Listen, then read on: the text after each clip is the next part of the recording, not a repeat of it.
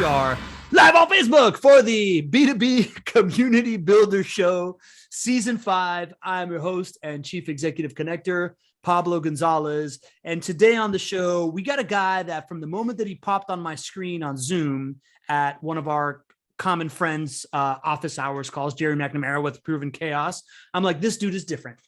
And I've been wanting to pick his brain in front of other people since I met him. His name is Connor Swalm. He is the founder and CEO of Fin. He is a past real estate agent.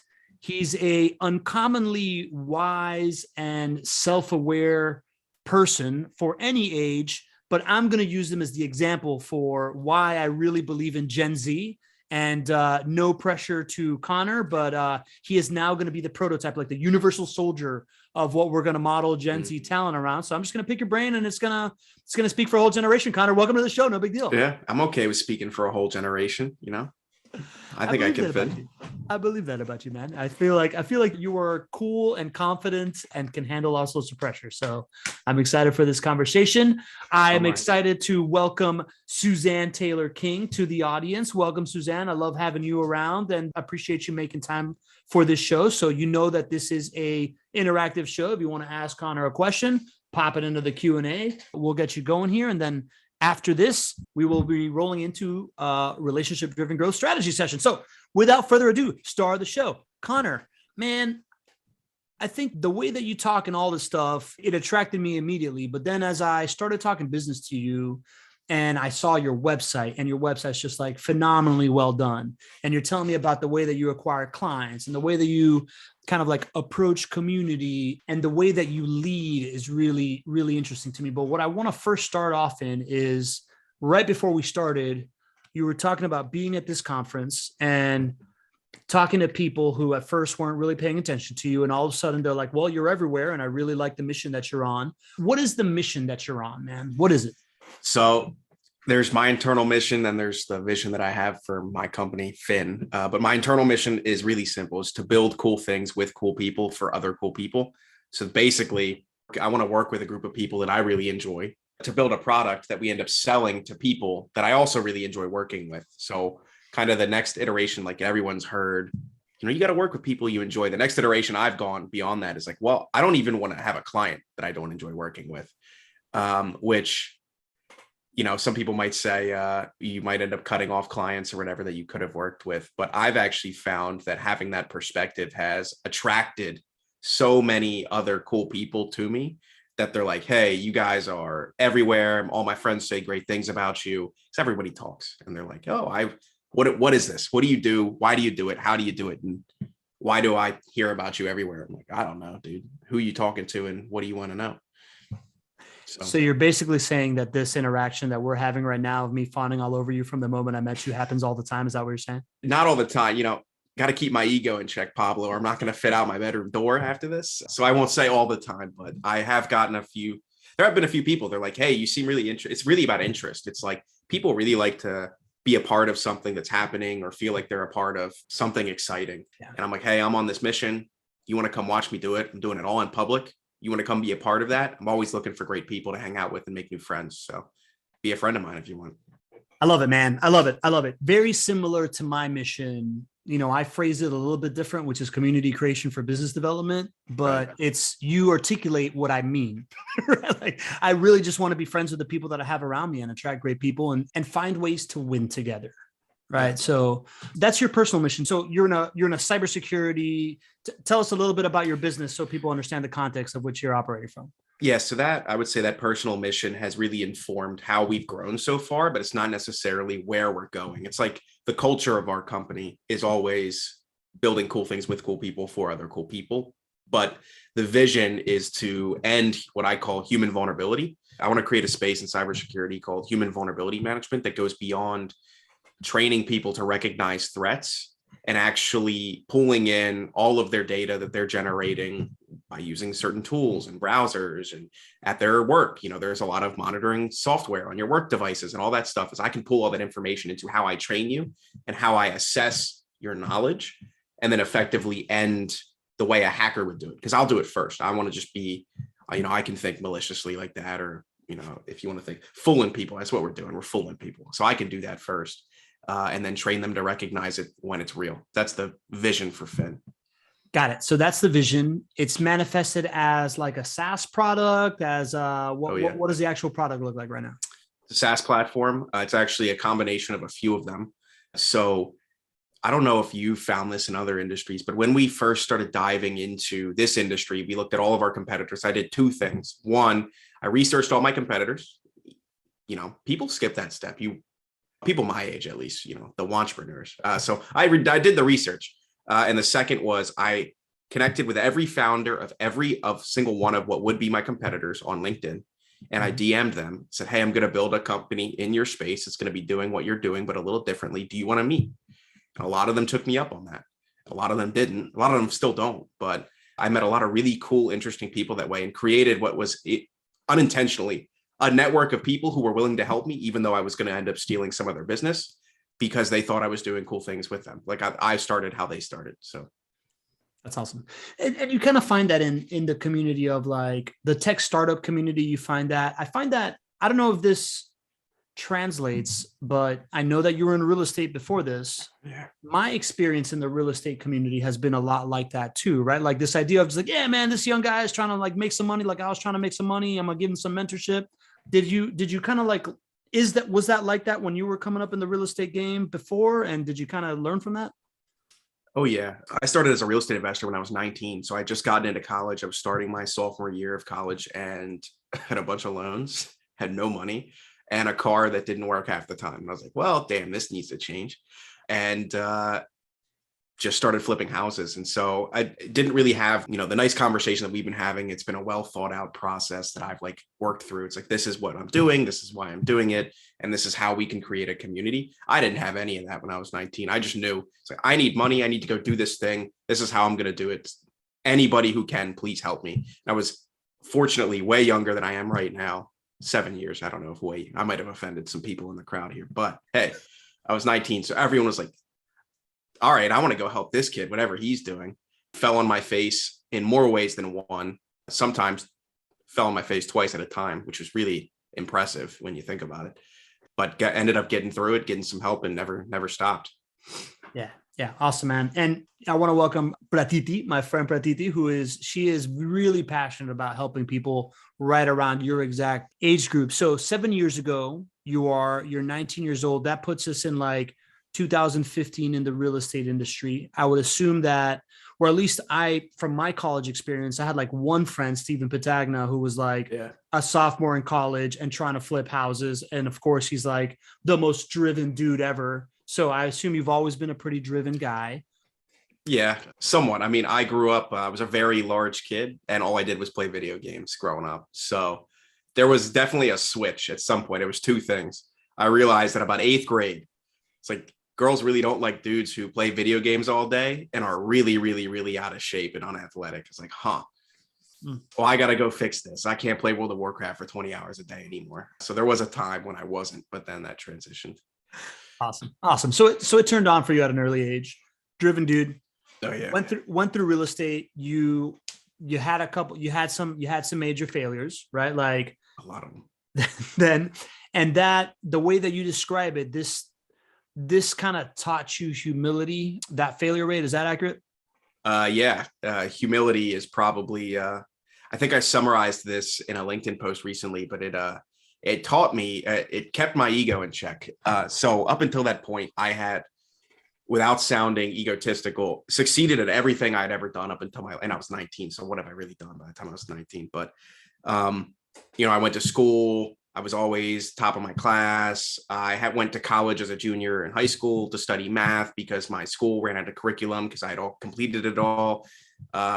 Studied math in college, was getting top marks, and started doing real estate investing, did that really, really well. And then basically got to a point where anything I touched turned to gold and anything I thought must have been the truth. Like that was my internal narrative. I didn't really know that at the time. Looking back, it's very clear that's exactly what had happened. And then I just made all of the wrong mistakes in one specific. So the scenario was I was flipping 4 homes at a time, tapped all of my credit with investors, which was just shy of $2 million for the first 3 homes and some other projects we were finishing up, and put all of my own money into this 4th home. And I had advisors telling me not to get this 4th home. I had my dad telling me not to get this 4th home. I had people telling me to do more research. And basically I was like, you lesser folk don't know what you're doing. I say we should get this, and ended up losing about $100,000 of my own money. And that taught me a few things. One is, oh, wow, I can make mistakes, and I can make really big mistakes. And the second was, I have no idea what I'm doing, turns out. And so took about 6 months of depression and anxiety and not getting out of bed and just wishing I didn't wake up in the morning for that painful experience to go into a productive lesson that I could take moving forward with me, that I still hold very dear to my heart this day, is I am fallible. I don't know what I'm doing most of the time, but there are some really smart and kind people that can help me out. You learned that like 10 years ahead of me easily, right? Like for me, it was probably around like 28, 29. When did you learn the lesson of the value of a mission, right? Like I have to assume that by now you've realized that this like mission that you're on, it's easier for people to enroll into like something cool than like the thing that you want, like making it look good for them. Like when did you learn that as a leadership lesson? Probably fairly recently. I've always been a bit of like, I wanted to do things my own, like went back to the ego. It's like, nobody else could possibly know how to do anything better than me because I'm the one that's been doing it right the entire time. And then you get to a point where that's flip-flopped and you're like, wow, it's like, I'm really going to need the help and the support and the vision and the buy-in from other people. And like, I realized that after failing miserably, and I was like, well, okay, well, how can I get these people to want to work with me? So I want to work with them. Now, how do we reciprocate that one? And it came down to, well, I don't think I'm really smart anymore. I am a hard worker. So like, what can I really offer them? Is like, I'll just be a good person. I've worked with people that turns out not really good, that I wasn't really a good fit. So I just thought, number one, let's be humble, because it's all I had at that point. I didn't have any more ability to rest on my previous successes because they all disappeared. And I was like, I'll just be a good person. And if people want to come along with that, they will. I kind of fell into it, to be honest. I didn't have like a structured way of like, people need to buy into my vision. It was like, all of a sudden I looked at all the people that were around me and I got to credit my co-founder, Josh, with most of this, because he's just an awesome guy. And we kind of looked around one day, we're like, it's like, we got a solid group of really awesome people here. It's like, we're at like 6.5. I say half because we have a contractor that works with us when he's not in college. He won't quit just yet, but I've been trying to get him to drop out. We looked around, we're like, wow, it's like, we really like the people that are involved. We like what we're doing. We like how we're doing it. We like who we're doing it for. It's like, how did this happen? It's like, it turns out we just really focused on being good people, found a problem that somebody wanted to pay us to solve, and kept our, that's guiding sense of morality the entire time through the process. And it got really hard at some points. And I could get into this if you want to go into it in some other ways, but specifically, there was a point when I had to move back in with my parents because we didn't have any money. My co-founder had to borrow money from his parents or ask them, he didn't know if they'd give it to him, to pay his mortgage. And we had a huge service outage all in the same month. And the service outage was a secret. Nobody knew. Everything looked like it had gone according to plan. It would have probably been about $3,000 or $4,000 in revenue, which would have been enough to make the mortgage payment. And we had a choice. Me and my co-founder were like, well, so we can cheat our customers and keep this a secret and not have to go through potentially losing your house and me having to live with my parents forever. Or we can do the right thing. We could do the honest thing and say, hey, we're not going to bill you for this month. Here's what's happened. Here's a way for you to book a call with us if you want an in-depth explanation for specifically your instance of this. But like, we really, we shit the bed on this one. We're sorry. We can't tell you how sorry we are. And we ended up taking that road because we realized it's like, this either goes under or it doesn't. But if it doesn't go under and we were dishonest, it's like, we're going to hate ourselves forever. So let's not do that. Let's just be good, upstanding people. And it worked out. We got through it. Turns out we got through it. So what's the lesson there? Was the lesson there? Did it lead to, did that increase like your lifetime value of the client? Did that produce any kind of results? Did you lose clients over it? Yeah. I lost one client over it. From all measurable metrics, was not the right decision, other than we felt like it would have been the wrong thing to do. That was it. So now, yeah, if we had people, investors or whatever on our shoulders at that time, they'd have been like, hey, like this is revenue, deal with it. Be honest, but you don't have to be honest in this scenario because of XYZ, whatever the contract says. But yeah. Interesting. All right. I want to come back. I want to come back to the sense of morality in a second, man. You said something of like trying to, you've been talking to your employee of like, he hasn't dropped out yet, but how do you value his experience in college right now versus experience with you? Well, so he is a really talented software developer. He had been getting paid professionally as a software developer before he had left high school.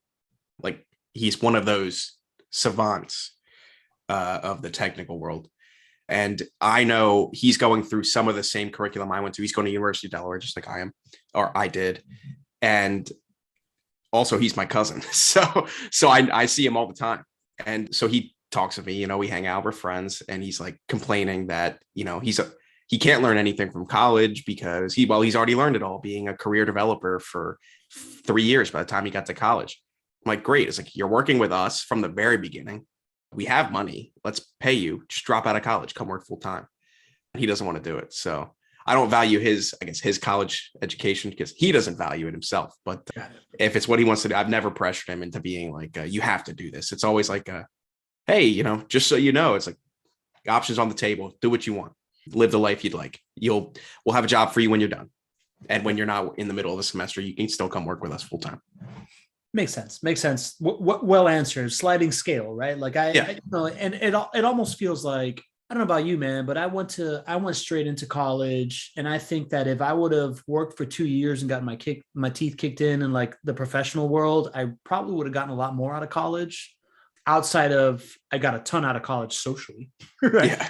And I just wonder how it's viewed these days, specifically like for sure in your area of software, right? Like, and in the idea that you can get a real estate out on TikTok, in your, out of like your peer group, are you seeing that be less valued? Is that a thing?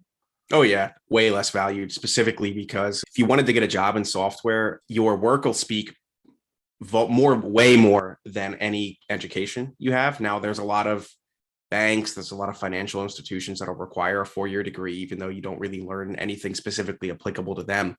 But then there are a lot of other people on the other side of the coin, which say, you know, instead of showing me your 4-year degree, show me your what's called a Bitbucket or GitHub or code repo. Basically, hey, do you have anything cool that you've done on your own? All right, show that to me. And then you can dissect it, and you can actually, it's kind of like looking at somebody do math, like high level math. You can kind of get an insight into how they solve problems. You can get an insight into the troubles that they ran into and how they got around them. Did they take all the shortcuts, or did they do what was right, even though it was really hard? Because I don't know, the end goal was something way more scalable than, a shortcut would have afforded them at the time.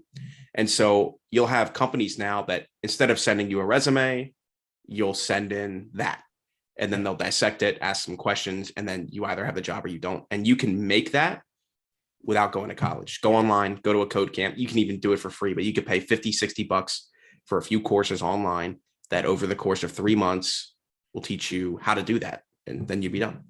Yeah, that makes a lot of sense. And, you know, like I'm not in software, so it's not one-to-one, but I would assume that there is most non kind of like you need some kind of certification. Well, certification jobs, you can get a certification, right? But like for me, like I can definitely look at someone's social media account and be like, all right, this person's going for it. Like they know how to write, right? Like show me your blog, show me your YouTube channel. Yeah. Have you stood up a podcast? Have you, what kind of the ability to do what you're doing, right? Like to grow in public, I think has completely permeated culture by your age and below. Somebody, anybody that's trying to do anything significant is already experimenting with stuff at a young age and putting things out there, right?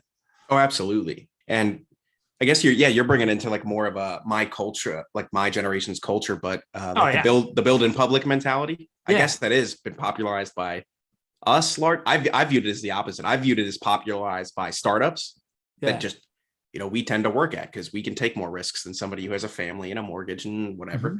So we'll work in a culture that is more likely to take those risks and say, hey, we're going to throw everything in public because, we think it'll lead to people trusting us more. I think Dave Gerhardt and a bunch of other, I forget who popularized it. That's exactly what we do. We've actually, this past conference. Yeah. We've had a few competitors at many conferences come up and say, why do you put everything you do online? Because I make videos. I show them everything. I'm like, because I dare you to compete with us. That is super interesting. You're right, man. So now the connection that I'm making is this idea that like the people that we were looking up to when we were growing up didn't do that stuff, right? Then like Steve Jobs comes around and he makes this like punk rock computing culture and being a rebel, right? So my generation grew up kind of like seeing that piece. You grew up seeing Elon Musk make Tesla's code completely open source, right? So I guess startup culture, like I didn't know there was no such thing as like startup culture when I was 16 years old, right? Like that just didn't really exist. It wasn't in the lexicon, but we have as a society grown up glorifying startup culture for the last like 10 to 15 years. Ergo, anybody that's gone through their teenage years in college has been seeing that as like the North Star. Therefore, it normalizes them from like an individual standpoint. That makes a lot of sense. So like this comfort to like learn in public is new. Like you don't see dudes much older than me being comfortable with like egg on their face. Right. No. Typically, I don't know exactly how old you are, so I won't 41. age you. I'm 41. Okay, 41. You're well into a career. So it's like if you wanted to go build something, you don't need to build it in public. You have the connections, you have the relationships with the people you would work with and with the people you sell to already. I don't have any of that. So but look at the value of the giant failure that you had a few years ago, right? So like if we're not able to endure that stuff, then it's like, how do we internalize these great lessons that you can have these profound realizations of? Oh yeah, absolutely. The number one lesson that came from, other than the check and self-check of my ego, was it kind of really scopes, and people who have been through really hard things in life, like the death of a family member or of a kid or of a spouse, they tell you, it's like, wow, it really puts into perspective the things that we complain and worry about on a regular basis, because none of that really matters. Turns out, it's like, we're all going to die. Nobody's going to get out of here alive. Why do we worry about any of it? I was 19 at the time. I don't worry about a thing in my life, and I feel like I'm going to live forever and I'm Superman, right? That's every 19-year-old on that planet. And then it's put things in perspective. It's like, it turns out the things that I did worry about, like people thinking I was a cool guy, it's like, none of that matters. I don't care anymore. It's like it re-scopes things that you can get through. So now when I come up against adversity, like customer doesn't want to buy from us, or we miss our sales targets, or I don't know, something else happens in the company, it's like, well, this isn't anything I should, worrying about is different, but it's nothing that stresses me out because I've already had it scoped for me. It's like, this is really small. This is a problem we can definitely figure out. I'm okay with it. I like that, man. That's cool. All right, let's go into, so you have your mission, you have your personal mission, you have your company mission. Are you guys, is core values a thing for you as a company? How do you, or how do you incorporate like the mission and your personal vision and these kinds of things kind of into your everyday management / company culture? So we don't have it in like a handbook or anything. I'm sure it'll make it into that somehow. It's really the people that we've brought on board has all been a really informal style of, we've either known them or they were recommended to us. Mm-hmm. And it's been a really informal style of hiring that had nothing to do with the skills that we thought they might have had, and everything to do with who they were. So we would spend hours and hours and hours talking with them, who they are, what they want, why they want those things, what they want to do, what do they value, what do they not value, what do they want to be when they grow up, so to speak. And getting to the bottom of like who these people really are and why they make decisions, not necessarily the decisions that they make, because that's really important to me specifically. And that gets us to a level of understanding between each other where it's like, okay, the things that I value most are honesty, integrity, and hard work. It's like, if you can't be honest with yourself, you can't be honest with me. If you don't have integrity with the way you do things, like you can screw up. I screw up all the time. It's like, if you had integrity through that process, I don't care. So we'll learn from it, move on. And if you're not willing to work hard, because all of this is going to be hard, we're doing the impossible every day when we wake up. If you're not ready for that level of challenge, we're going to need to find somebody else who might be a less technical fit, but a more cultural fit. So that's kind of how we've instilled those specific things moving forward is those are just the expectations. And we're very clear from the start. It's like, this is what we value. This is why we think you are that person. What are your thoughts? And it's really interesting to hear when you tell somebody, this is what I think of you. What do you think about yourself? It's like the responses you get are very interesting. Interesting. All right. So let me rephrase that to you, right? So you spend a bunch of time working in the trenches with someone, like you have some kind of like working test of somebody / you're taking them out to lunch / are you planning kind of like these interactions? How are you getting to know them? Like what is the get to know you mechanism for you to evaluate and then tell them what you think of them? All the above.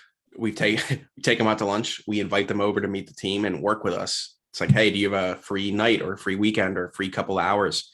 Come by the frat house is what my fiance calls it, because we all live and work together. Come by the house, work with the team.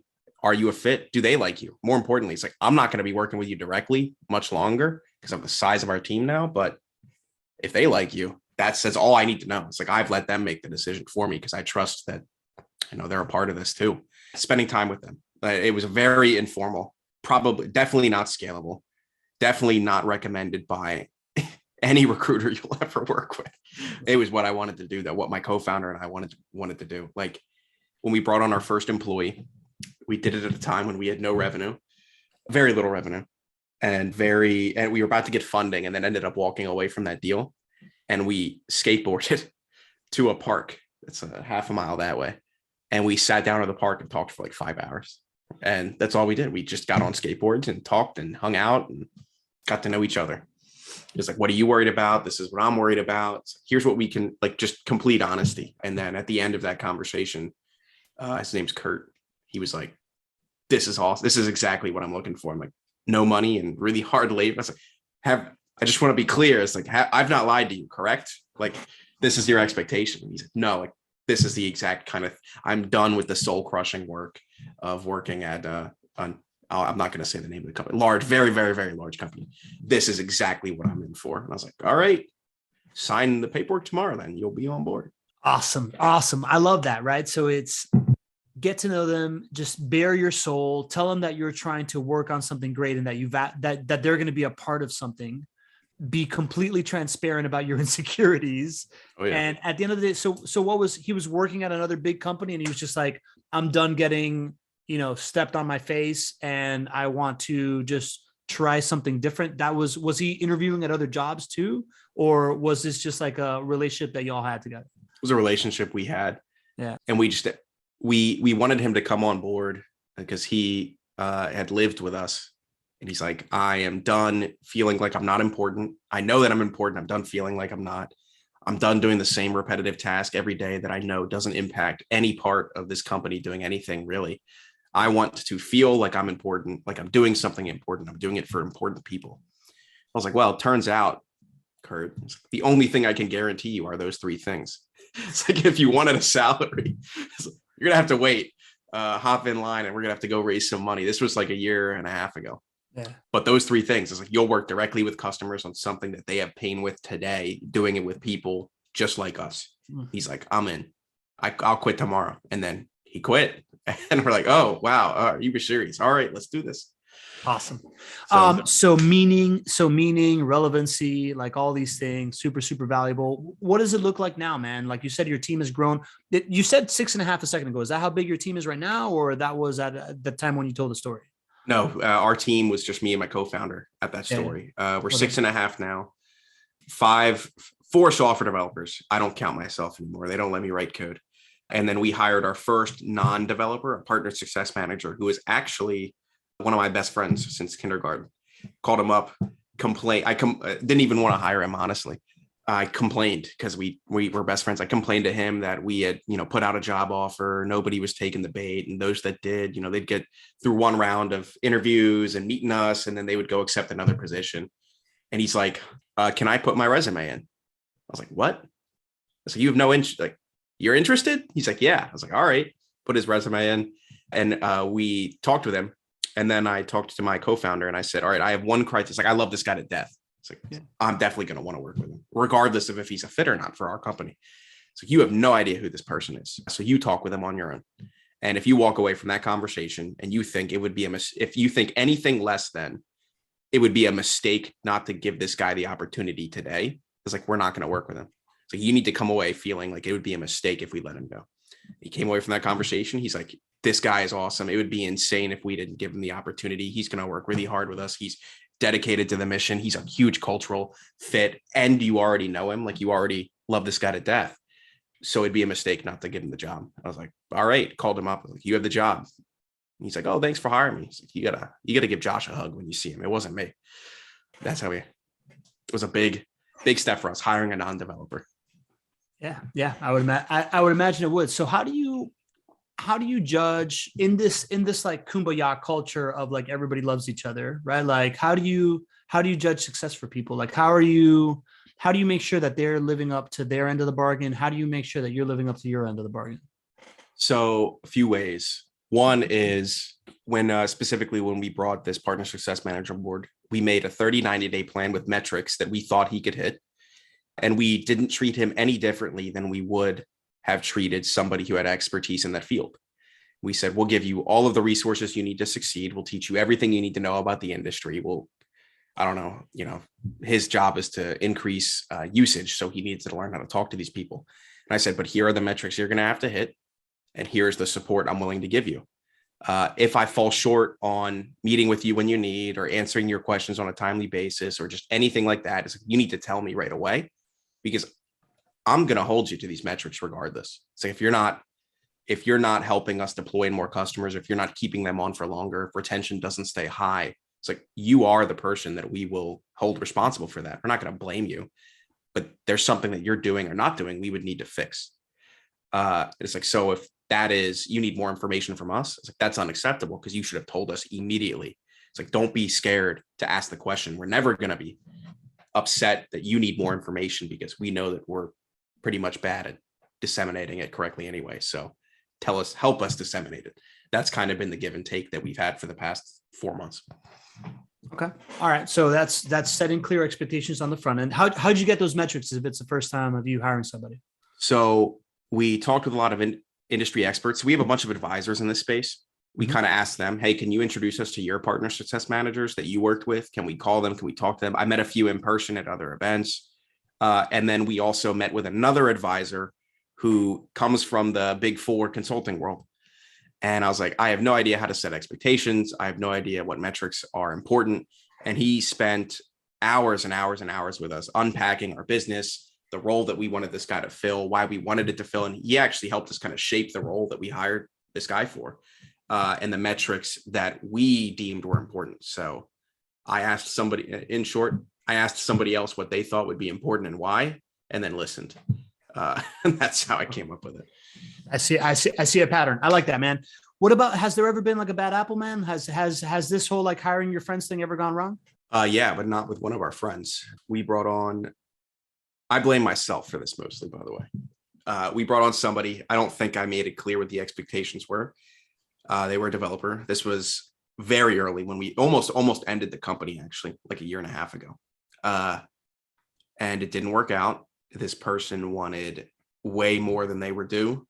They were toxic to work with. Everyone came to me and complained, like, this guy's demeaning. He says mean things about us. And like, we would get on calls together as a team, and like, he wasn't in the right mind space. So like, I met him one day here locally and I was like, you're done.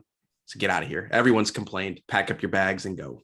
And that did not end up well. Almost ended up in court, and we ended up having, we settled it outside and handled everything correctly, but the expectations weren't set up front. And then it became very clear. It's like, this person is incapable of working with us and also doesn't want what we want. So we need to separate.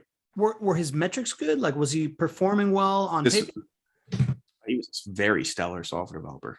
Okay. One of the most talented we've ever met, for sure. He just couldn't work with the team. Just bad culture fit. People weren't having a good time. Didn't fall into the cool people building cool things part of it.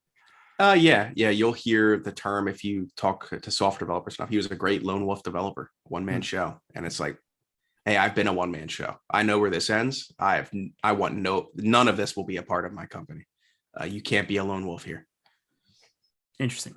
All right, man, let's get into business development, right? Like you have this, one of the things that I found really interesting from you is this idea that you are relationship building all the time, yet you pride yourself on fiscal responsibility. Tell me how you business develop, how you go to market. So I'm a very young person in a space that is filled with very elderly individuals. That was one of the first things I recognized. It's like, wow, it's like I need to gain the trust of people who I don't really connect with in any way, shape, or form. How can I do this? It's like, oh, I need to be their friend. And so I knew a couple of things. One, the type of client we wanted to target works with hundreds of companies at a time. So if I can get the trust of that client, I can get the implicit trust of their clients. I don't have time to go make 100 different connections with small businesses. I do have time to make connection with one that has the relationships with those 100. So I said, great, nobody's going to trust that I can do anything in this space, nor should they. So I need to go make friends with these people. And if I make friends with these people in the right way, if I educate them on what I think should be done, if I show them that I have all of this goodwill, and if I build something, if I ask them for the feedback and build something directly related to their pain, it's like they'll be climbing over themselves to come work with me because I've built exactly what they've needed because I was humble enough to listen. And that is how I started. Is I don't know how to sell. Oh, my camera's messing up. I don't know how to sell. I do know how to tell a story, and I do know how to make a friend. It's like, so our selling now until we get, an official sales team, which might come sooner than later, is just make a friend and tell a good story. It's like, hey, if you're a good fit, you're going to jive with exactly what I'm telling you right now. You're going to think everything I'm saying is the Midas touch, the problems we're solving, the pain you're feeling. If it doesn't match up perfectly, there's probably going to be a lot of friction in this relationship anyway. Doesn't mean we can't work together in the future. And it doesn't mean you're not an awesome person. So let's just be friends, or let's just stay in touch and, stay within the circle, but won't necessarily be a client. So the strategy of going to the one client that goes from one to one to many, right? Like that's super smart. Like, yeah, laser focusing on that. How does a young man make friends with a crusty old guy? I got started by dropping memes under their LinkedIn posts. And some of them thought it was really funny. And the ones that did, I figured would be a little closer to the kind of person that I would enjoy working for or with anyway, and listening to on a regular basis. And so I've done that that probably started over 2.5, almost 3, but way before COVID started is when I started doing that. It's just reaching out and intentionally connecting and saying, hey, I'm a young guy. Can I listen to you explain what you hate doing on a regular basis?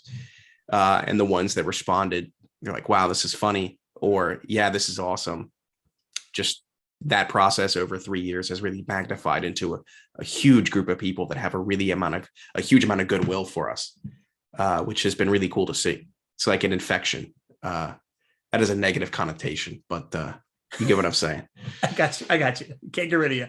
Yeah. All right. It's cool, man. So I like that. So great strategy. Identify dream client that can lead one to many, connect on LinkedIn, and then immediately go into looking up when they do a post. Are you like, do you have like a cadence of like looking into their posts, and then you're relying in your like bank of native digital humor because you spend all your time on Reddit looking for stuff that they don't normally find on Twitter and stuff like that, and deploying? That's what I'm hearing. Yeah, I didn't even need the bank, I have it all right at my fingertips. Immediately when I'd read something, I know exactly what I need to put here. I have the meme template, picture it in my head. I just go to an online creator, type in the words, send it. And that usually landed me in a connection request and a DM that was like, yo, that was really funny. So you think in memes is what you're saying? A lot of the time I do. That is a very, we had this debate. I am on the cusp of Gen Z and millennial, but that is a very Gen Z thing of me. Is memes are awesome. Yeah, there's a lot of cultural relevance in memes. They tell a whole story as opposed to just a few words at a time. So interesting. Cool, man. Yeah, I have a hard time thinking in memes, man. I like, I guess it's the equivalent of thinking in like responses and movie quotes. Because I grew up like I had a 80s, 90s funny movie one-liner to respond to. Still to this day, it's mostly Jim Carrey movies, right? But like I still think that way. But I guess that's the translation of that. That's interesting, man. Where does it go from there? So you're dropping hilarious memes. And then if they're like, this is funny, you're like, let's hop on a call. I want to hear what your pain points are. Yeah. How do I grow up to be like you? Like, what's your language? I use that terminology all the time, by the way. Like when I have a client that I really admire, I'm like, listen, I want to be like you when I grow up. So like, I want to spend as much time as you can around you. Right. Yeah. It started with an assumption where we'd say, hey, this is kind of what people are telling them. This is what we think you're struggling with right now in this specific area of cybersecurity, which is the problem we wanted to solve. Can you spend 30 minutes telling me if I'm right or if I'm wrong, or showing me how to do this better? That turned into enough individual conversations that enough people started to trial us from that. And it was like no strings attached. Just like anyone who would sign up to be on our platform was anyone I wanted on our platform. So it's like that turned into people trialing us out, which as soon as people have something to complain about, they start complaining, which is great. I needed that. And so that turned into, we now have a Slack community of about 75 clients and people who are involved in our community who complain on a regular basis. But also the cool thing is they help each other. I see that all the time. And then where it ended up now is we've separated those two things. So we have that client community and we have a council that we call it, an advisory council. So it's not official advisors who have, an equity package or an options package with us. These are just an advisory council of ideal clients, some of which already use us, some of which don't. But everyone who I trust, it's really just a trust-based thing. Everyone that I trust has the best intention for Fin is on that council. So it's filled by about 16 of our closest clients right now. And some of them, even not our closest clients, it's people who I trust who are not a client of ours. And we meet with them every 2 weeks. And we say, this is what we're building. Here's what it looks like. Here's how it works. And then this is what we're planning on building. How would you suggest we do that? And we started that process 8 months ago. And it has turned into probably 3 or 4 key features that have now become the only selling points of our platform because they directly solve the pain that all 16 of them have told us about. What's in it for them to be on those every other week calls? Right now, there's no monetary compensation. Some advisory councils do. There's no stock-based compensation. It is, they really like who we are as a company. They like what we're doing. And they love to see an example of a young company like us that cares for their community as much as they do and wants to do right by it. And so that is the only thing we've been able to promise them is like, we can't guarantee we won't screw up. We can't guarantee we'll do everything right, but we can guarantee we'll always care about the community as much as you will. And they're like, all right, I'm in. I'll spend an hour with you every 2 weeks doing this. I love that, dude. I talk to young people. I talk about networking, relationship building often. And one of the main questions, and I'm like one of these people that wants to mentor everybody because I have a messiah complex, obviously. Yeah. But like I'll talk to people your age or younger, and networking, it's like add value. How can you add value? You've proven that there is a direct amount of value that you can add, A, by being entertaining, and B, by showing that you are a good person that's really, really willing to learn, and C, because your generation is not afraid to build in public, right? Like to do something for free to prove to people that you're worthy of it. But yeah. It's such an underrated thing. I tell young people all the time, I'm like, if you're looking to add value to somebody that's like 3-4 levels above you in the rung of social stratosphere, never underestimate the idea that people want to have impact. And when they see a talented young person looking to do something right and seeking their validation and or modeling themselves around you, there is a definite sense of value that comes with that. And to be able to put it on scale by then bringing them all into a community and having other people kind of like be this council of folks that you're just like, let me just show up and see if I'm like you. And if you approve on my thing at scale, I think it's a genius, like feedback loop. That's a positive flywheel for you, man. I think that's great. Yeah. And you mentioned something earlier. You said, you're seeing a common pattern. So that idea of that client community and advisory council, both of those ideas were not mine. They came from an advisor that responded to one of the memes that we put on the group chat. Turns out he is an awesome human being. His name is Wes Spencer. He is, he's a really good friend of mine now. He is I can't explain it. He's just an awesome person. And he gave us his experience when he was building his startup that he ended up selling a few years back. and how the best way to create this goodwill in the community at large was those two ideas. And then he would spend, it took months of explaining how to build those for us to be convinced that it was worth our time. And because it's a lot of time, effort, and energy. And after a while, he's like, you have to do this now. And I was like, you know what? You're right. Can you help us seed the start of it? Can you bring us, we have a few over here, but can you bring a few more? He's like, I got you. Don't worry about it. We showed up one Friday morning. There was about 11 people there. We're like, hey, this is the council. Welcome. And that's how it all started. But it wasn't even our idea. Now it's just been the most formative thing we've done, turns out, was that advice. And it's worked really well for us. That's awesome, man. You are giving them a stake in your future by like letting them own a piece of it. And then that adds value to everybody else. Tell me about the other community, man. So how did you start so you have the council, right? Yeah. You have this other, it's it all clients? Is it clients and prospects? Clients and prospects. Yeah. Clients and prospects. How do you seed that thing, and how do you get interaction going and getting people to like be a part of it?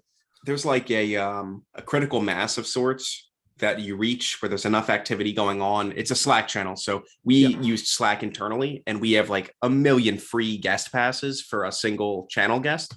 Mm-hmm. So we're like, we got to use these. What do we want? It's like, well, we want more feedback. How do we get this? Well, anyone who's on our platform should have a direct line to our entire team. All right, let's make that happen. And then so we built that and invited over the last year, everyone who's on our platform. So we have about 250 admin accounts. So we invited all of them. We invite everyone who trials our software to be a part of this channel. And this channel is called Questions and Answers, because basically what it is if somebody has a question, they put it in the chat. It's not a support request, but immediately gets answered. And then what it's turned into is anytime I'm on an onboarding with a potential client, they're test driving, whatever, they want to prove a concept with us, it is more effective for me to say, I'm a dirty vendor. Don't take a word I say as truth. Like, you've been screwed over so many times probably by now by other vendors, so you should not trust a word I say. Weirdly, that creates a lot of trust between us immediately. I'm like, you know what you should do though? I have this really awesome community of people in which none of them are paid to say good things about us. All of them are clients of ours, or people just like yourself that are prospects. Do you want access to ask them questions and see how they're doing things? And they're like, yeah, I want to be a part of that. How do I get in? I'm like, what's your email? And I just invite them right away. Now they're selling for us. So it's like, hey, why should I use Finn? It's a question we've seen in the chat. Immediately there's like a 14-point document that gets thrown. It's like, hey, I just made this. It's like, I don't even put that much effort and energy into why somebody should use us. Like, okay, I'm glad to see this. And then somebody else have a question. Hey, is this thing misconfigured? I'm seeing this, but not this. And I expected this. And then somebody else hops in the chat that's a client of ours. Like, oh, we ran into that. Here's how you can fix that. Here's the knowledge base article that I helped them write because I was the first one that saw this. Here it is. You could just use it for free. It's like, this is awesome. It's like, this is way better than anything I could have potentially planned, because they love talking about us. But two, keeps us honest, because they do throw tomatoes when we deserve it. And I will be the first to tell you, if we deserve to get egg in the face, tomato in the face, it's like, we take it in stride. It's like and we early on, it's a culture shock for a lot of developers, because they're lit. I call it like they're on the metal. They're right next to the feedback. The customer, direct mouth into the developer's hands, change like writing code. And so it got really stressful for them. They're like, I can't deal with this. I was like, no. It's like, this is what help looks like. This is what people caring looks like. This is how it feels. It's like, this is not bad. This is somebody who cares enough to yell at us in a Slack politely. Nobody gets to be disrespectful and tell us where we're screwing up, because they don't think we have eyes on it. And we don't, because we don't have eyes everywhere. So this is never going to change. This is exactly how it should be. And that's been really cool. Dude, that's such a great framing of it, right? Because I think everybody understands, like Eddie Yoon was on the show not that long ago, and he's just like, there's nothing more powerful than somebody who's thinking about being your client, listening to two clients talk to each other about how much they love you, right? So like, that is way more powerful than the dirty service provider telling them anything, no matter what happens. But what people don't understand is the idea that building in public, as your generation has been like completely habituated to do, provides a level of accountability that is actually a great value. Like, it is much better to screw up, get called out on it, fix it in public, than it is to not have that feedback loop that you create with clients. And if you get both of those pieces right, you get what you're talking about. We see it in our JWB community. Every once in a while, somebody will pop in there and be like, "Hey, I'm thinking about buying a property with these guys." And it's like, brrr, just like comment after comment of like, love them, love them. 75 like line kind of like description of their entire history and why they love them. Like it's the most powerful form of marketing that once you get that critical capacity going, scales really, really nicely because it almost governs itself once you get that part. But what was the early on until you got to that point where you could just kind of trust that to happen? Were you in there dropping memes? Like, is it just the nature of your service that people are going to want to reach out and it's the most direct level of communication? So Slack provides this like unique thing, or what? We were dropping memes. At the end of the day, it's like, we view ourselves as cool people. It's like, one thing I'm not going to ask somebody to do is be somebody else when they're trying to talk with a client. That's why, the culture fit is the most important thing, is because I don't want a partner success manager. I want Jamie Pritchard to meet our clients. It's like, your role happens to be this, but your role is not who the customer gets to meet. The customer gets to meet you, and you represent us. And so that was always a part of it, is I just wanted to be closer to these people because I thought they were interesting and I thought I was interesting. So I was like, you know what? Now they are putting memes in our chat. So it's funny guy, actually. There's a meme of Bernie Sanders where he was in some video where he was asking for financial support. He's like, I'm once again coming to you for financial support. And now he's used that as a meme template to ask for features, where if he asks for something once and we don't do it immediately, which, hey, our policy is get the community involved. I can't build something you want until the community says they want it as well, because there's other things more people want.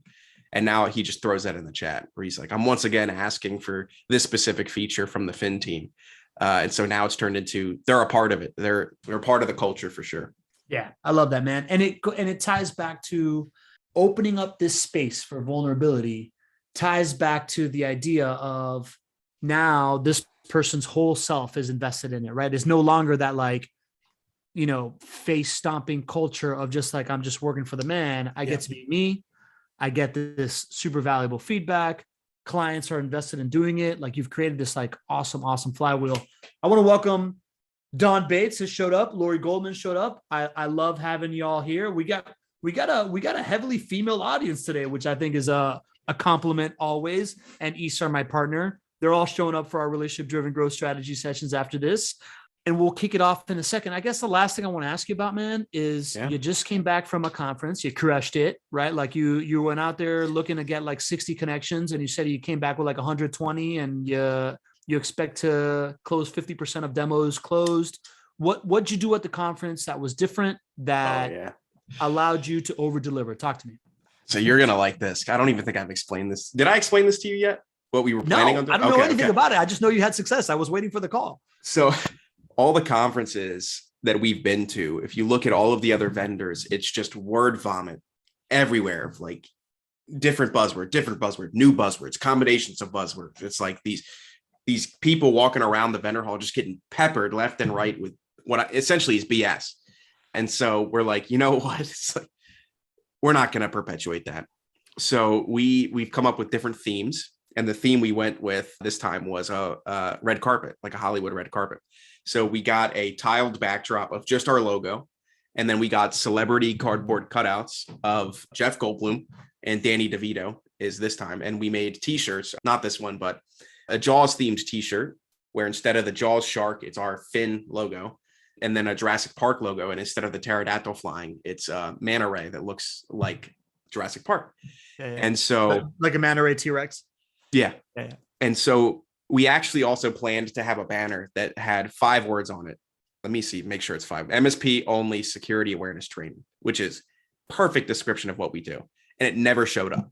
Didn't show up to the conference. So we literally went to a conference where we spent something like 35 grand with our logo, Jeff Goldblum, and Danny DeVito. That was it. And our shirts would just had our name on them. Like, it didn't have anything about our company. So nobody knew anything about what we did other than people actually came up. They're like, "You're the Finn guys." It's like, "Oh, I've seen so much about you." It's like there's now this. We're starting to get out of. I appreciate that. We're starting to get our culture is starting to perpetuate itself into the community. It's like even if you can't work with these guys, it's so much fun to be around them. Everyone should just want to be a part of this. And I was like, all right, as long as you're cool, come along. And so it ended up working out really well because people would, they'd be having a drink or getting some snacks and they'd be like, hey, I gotta know, what is this? And then we just explain who we are, what we do. They're like, they start laughing with us. It's like, and if they're laughing with us, we've already won. And it's like, yeah, it's like turns out we're just cool people. It's like, we also do that. Like, this is what we actually do for you. Is that of interest at all? And some of them are like, no, not really. We're like, awesome. Do you want a t-shirt? It's like, I'm not going to hound you. Don't even let me scan your badge. I don't come back if you want this. Yeah. And then others are like, actually, yeah, it's like, I'm dealing with this. It's like, it turns out it's like the exact pain you're dealing with. It's the exact pain we've been being told about for 2 years and we've solved. So would you like a demo? And they're like, hell yeah, let's do it. And that ended up working out really well. I would never recommend planning that on purpose. Have a little bit about what you do somewhere in your booth, but even if it's just a little table banner like this tall, but it worked out. Listen, man, I think you bring up something that's really interesting, which we had Matt Kleinrock on not too long ago, right? Like, he does brand experiences and trade show booths. And my first conversation with him is just like how important the 363 days outside of the conference is, right? Like, it is so much more important than the conference itself. You, by focusing on community, focusing on deep relationships with your clients, creating this like feedback loop of adding value, getting buy-in from mentors that help steer your company so that they have like ways in, and then really focusing on the way that people feel when they're around you, basically showed that you don't even need a trade show booth. You can just have Jeff Goldblum and Danny DeVito cardboard cutouts, and you're gonna far exceed whoever was spending the stupid money on everything else, man. Like, I think that's totally natural and it makes perfect sense, man. That's awesome, man. Good for you. Yeah. And by the last day of the conference, more than half of the conference attendees were wearing our t-shirt to the after party. So it was really cool to see that. Kind of felt like all the pain that we've been through doing that very intentionally and slowly is coming together. And it's coming together for the people that we care about. So even better. I love that, bro. I love that. Yeah. Always throw a little nostalgia with swag in there and people will eat it up too. And then we just did this at Podfest, right? We made these like bomber jackets for a couple of people with like our logo on them. Yeah. And then we like custom put like nicknames for people on the back and like varsity letters. Yeah. And anybody that you see with it. I mean, we made a bunch of hats that say content. Like, it looks like Compton in like Eazy-E's hat, but it says content. And we gave those out. And like, you make swaggy stuff that isn't just your typical cheesy t-shirt with your logo on it, but you make like a piece that people actually want to wear, you start seeing happen it more and more. And it just like builds as a momentum, man. Good for you for a great execution, bro. I appreciate that. That's awesome. Yeah. The less your logo is a part of it, the more somebody wants to wear it, the more brand recognition you end up getting. If you make your brand, the less of it. So. Yeah, 100%. My logo is just on the little side of the hat. The rest is just a cool hip hoppy looking gangster rap hat. Connor, we're going to now roll into the relationship driven growth strategy sessions, man. I appreciate you doing this, dude. You did not disappoint. Like, not my usual show. Usually I'm like, there's something that people are going to learn from. And to me, the lesson of this show was just like, I want to put this guy on display and see what we learn from him. And you didn't disappoint, man. Like, I'm just really, really inspired by the way that you operate, how quickly you've learned these lessons. I'm doing whatever I can to be your friend, because I think you're going to be somebody super famous one day. And I don't know maybe, about that. maybe I'm just going to tell people I know you, man. But I'm just like, really cool, man. How do people connect with you? What's the best way to reach out? What's a good intro for you? Through our website, actually. If you book a demo with us, it goes straight to my personal Calendly, so you can see everything. You could come meet with me directly. It's not going to be some rando. But second, on LinkedIn, just LinkedIn-Connor Swalm. That would be perfect. Come say hi to me. I'd love to connect with you and chat. So awesome. See you later, bud. Thanks for a great conversation, man.